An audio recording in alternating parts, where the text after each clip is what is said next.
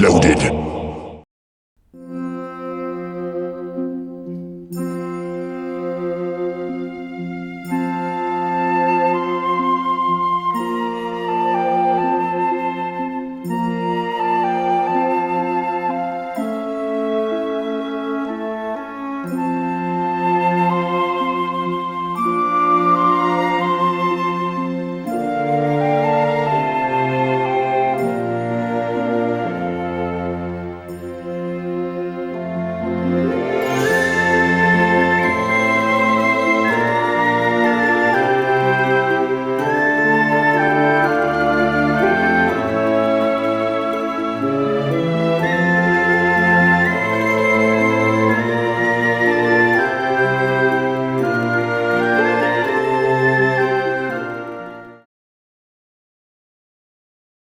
The Ultima system of virtues has an interesting structure.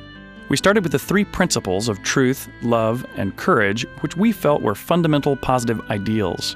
From these 3 principles, we derived the 8 virtues by combining them in the 8 possible ways. Therefore, truth by itself we called honesty. Love by itself gave us the virtue of compassion. Courage gives us the virtue of valor. Truth, tempered by love, gives us justice. Love and courage gives us self-sacrifice. Truth and courage gives us chivalric honor. Truth, love, and courage combined, we called spirituality. None of the above we called pride, which is not a virtue, so we use its opposite, which is humility. We've also created symbology to go along with this pattern. We call this symbol the Codex of Ultimate Wisdom. It begins with 3 circles which represent the 3 principles of truth, love, and courage. We add lines to these 3 circles that are tangent to one or more of the circles based upon which virtue it is. So for example, the virtue of honesty has a line which is tangent only to the circle of truth. The virtue compassion becomes tangent to the principle of love. Valor becomes tangent to courage. Justice is tangent to both truth and love. Likewise, sacrifice is tangent to love and courage. And honor is tangent to courage and truth. Spirituality is the small circle that you see tangent to all of truth, love, and courage. And then finally, for humility, we draw a large outer circle that encloses the whole symbol and yet is tangent to none of the principles of truth, love, or courage. And when this outer circle is complete, we have completed the Codex of Ultimate Wisdom, which symbolizes the relationship between the 3 principles and the 8 virtues of the Avatar.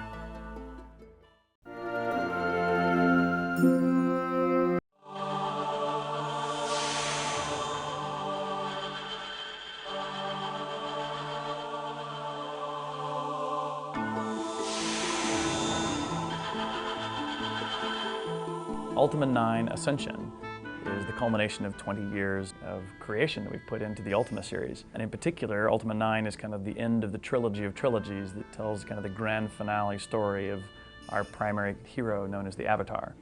In Ultima 9, we do character creation in a very different way than you see in most other games. In most games, you actually choose numbers that you apply to statistics. In this case, we actually do a personality profile. So in fact, when we come in here and speak to the gypsy, she is actually going to tell our fortune, and while telling our fortune, ask us a variety of ethical dilemma questions, and then based upon your response to these issues, we generate a personality profile for you, the real human player, which makes up the basis of your character when you begin to play within the world of Britannia. But now that our character has been created, we are off to seek adventure in the lands of Britannia.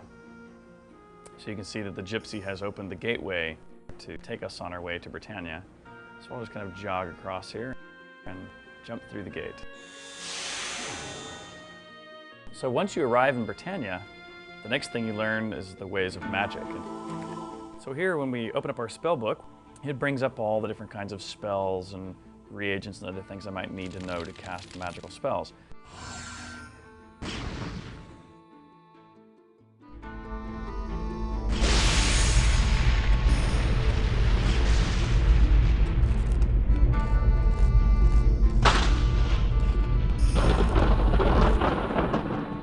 So let's talk a little bit about the interface. The controls in Ultima 9 we think are by far the easiest we've created yet in an Ultima. For example, we brought up a new piece of interface, which is what we call the shortcut bar.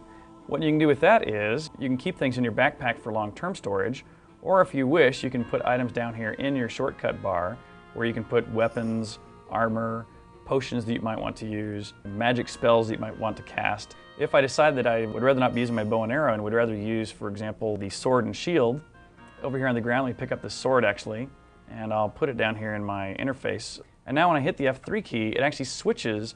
The bow and arrow goes back down into my shortcut bar, the sword goes by my side, and now when I go into combat mode, you see that I have the sword instead in my hand.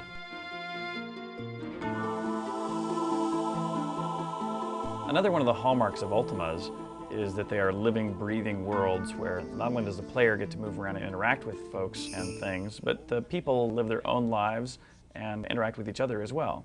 So for example, here in the center of town, you can see the mayor has just been giving a speech to some of his citizens, and I can also walk up to the mayor myself and ask to talk with him. Greetings, my good fellow. I say, you look most familiar. And you can see the mayor, when he talks to me, not only gesticulates and moves reasonably naturally, but also his mouth is moving and his eyes are blinking, so he is a very living, breathing persona within the world. Go bravely, Avatar, and know that you are always welcome in Britain. Preparation for combat. Over here we happen to be near a nice stash of weapons and armor. So for example, over here is a two-handed axe that I can grab and drag onto myself. Now you can see me wearing it there on my back. And now that if I hit the tab key, go into combat stance, as a beginner, everyone in the game will have the click your left mouse button simple attack. But as you gain skill in the game and as you gain experience, you will go and learn a variety of new capabilities. So for example, you learn other attacks. There's a roundhouse attack and a little kind of a golf swing that even has a chance to knock monsters back or flip them over.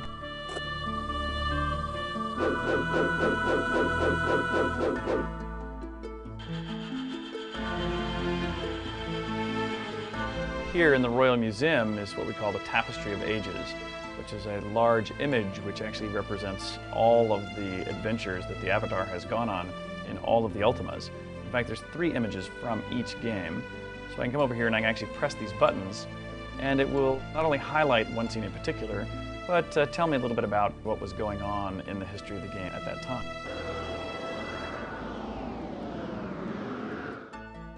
Another one of the fairly realistic things about this Ultima is the fairly natural aspects of everything, including weather.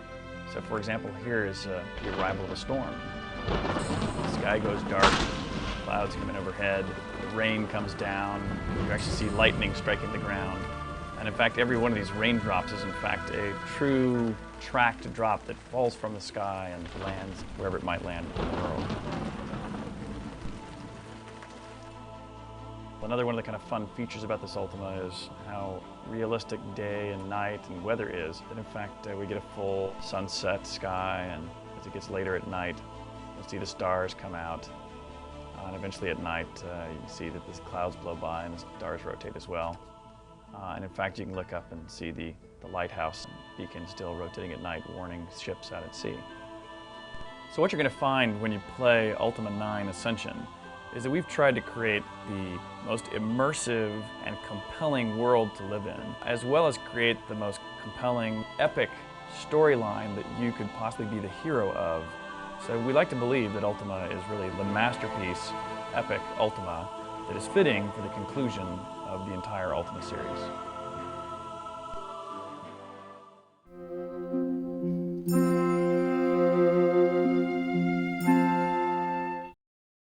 I think that the challenge is to,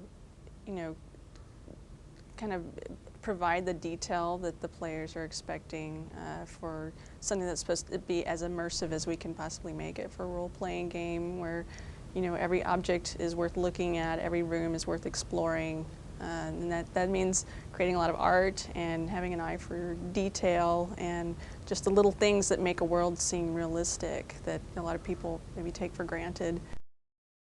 I think there's a really good level of detail right now in Ultima 9, and I think that the richness of the textures and ultimately the fluidity of the animations are going to make up for any of the low polygon aspect of it, because I think it's just far more important for especially animation. I think is one of the key things that sells a character. I'd rather see a beautifully animated guy made out of cylinders with no texture maps than a really stiffly, unrealistically animated guy who's just like super high polygon and just as detailed and beautiful as you can imagine, but just doesn't sell the animation because it's just not it's just not realistic.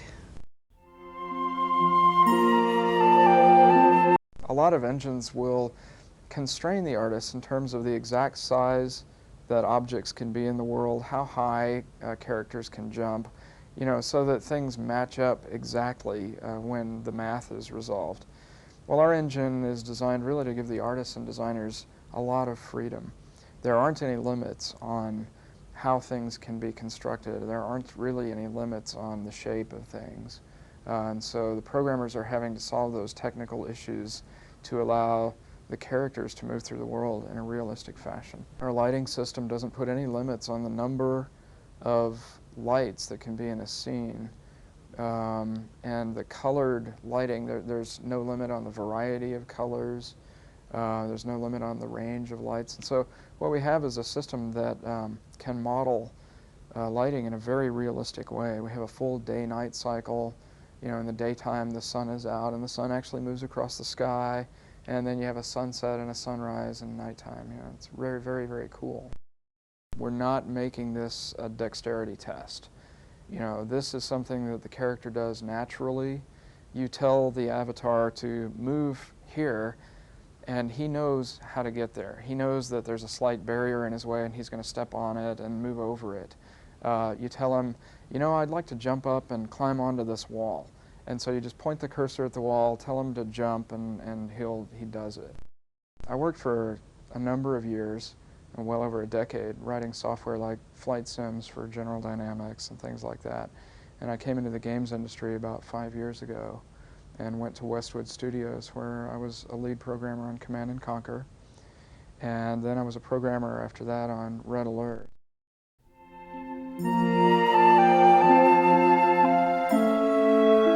One of the other challenges of the game has been bringing in the rich history of Ultima into our world. There's a whole set of rules and people and characters that have always been a part of Ultima. And it's very exciting to go through that and add them into our world, to bring characters that people have known for a long time into 3D, giving them full voice and having them have complete personalities. We've strived very hard to come up with a play reward cycle that the player will feel very good about.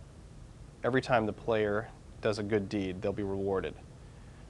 In typical Ultima fashion, as the player does bad deeds or does things that harm the world, there will be a penalty. Throughout the game, there's several major events, and when these major events occur and the player has achieved an important goal, they'll be rewarded in a way suitable for that. In this case, possibly gaining more strength, getting some more spells, or perhaps getting an attack. This way the player will always know that they're on the right track and that they're doing the right thing toward the story.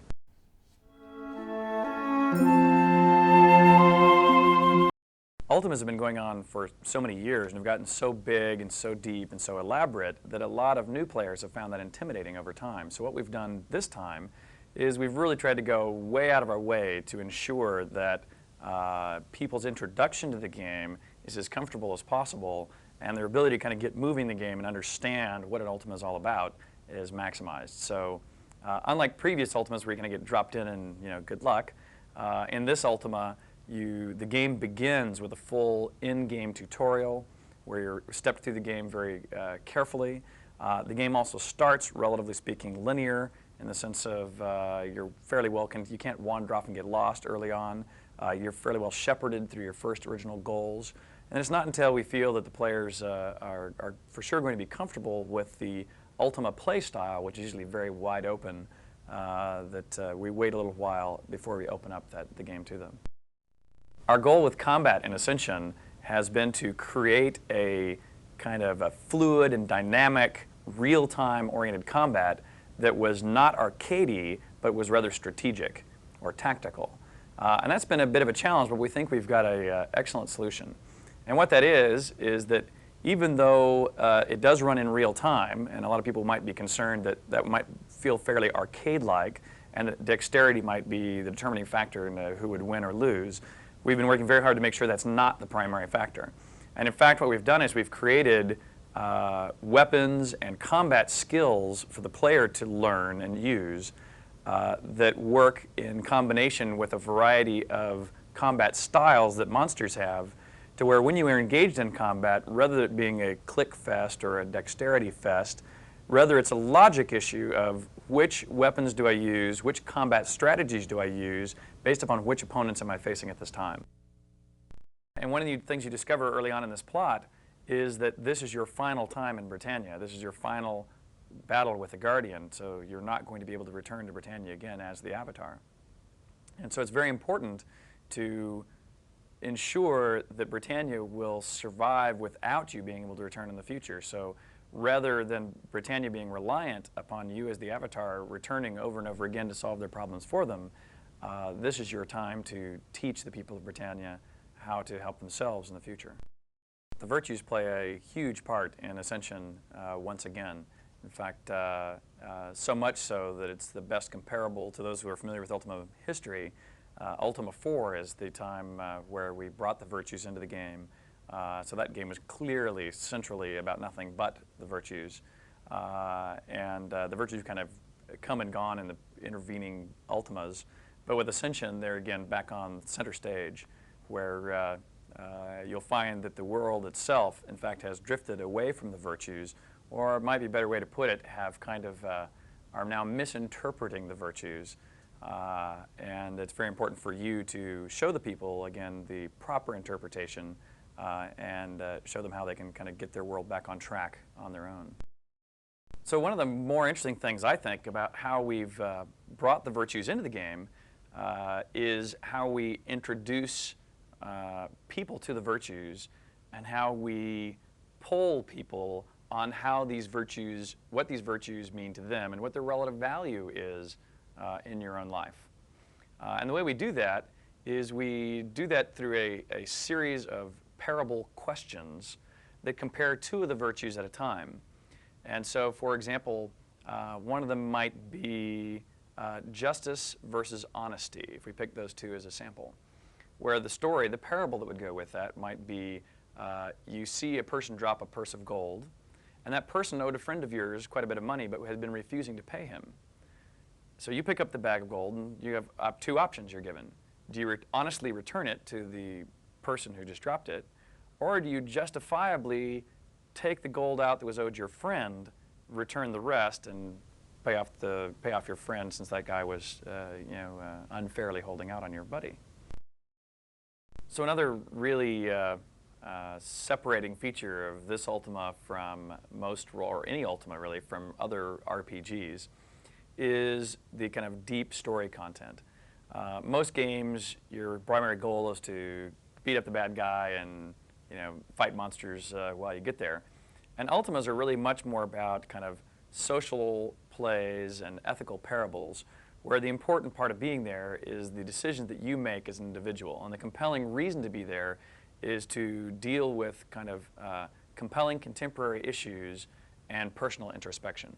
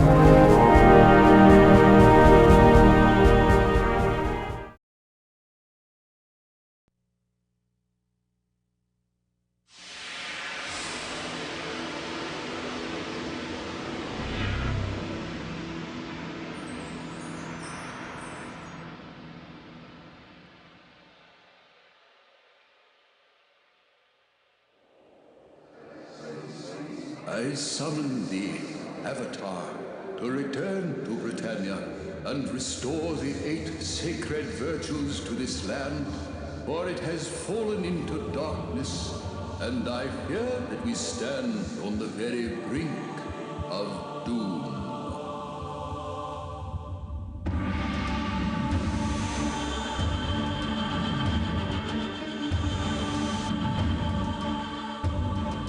This time, you must finish the task.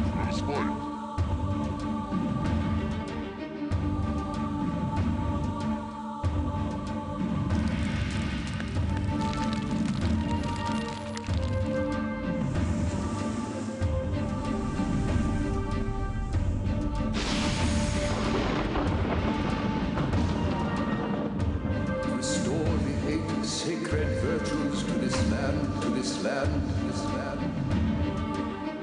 Spirituality, humility, honesty, sacrifice, honor, compassion, justice,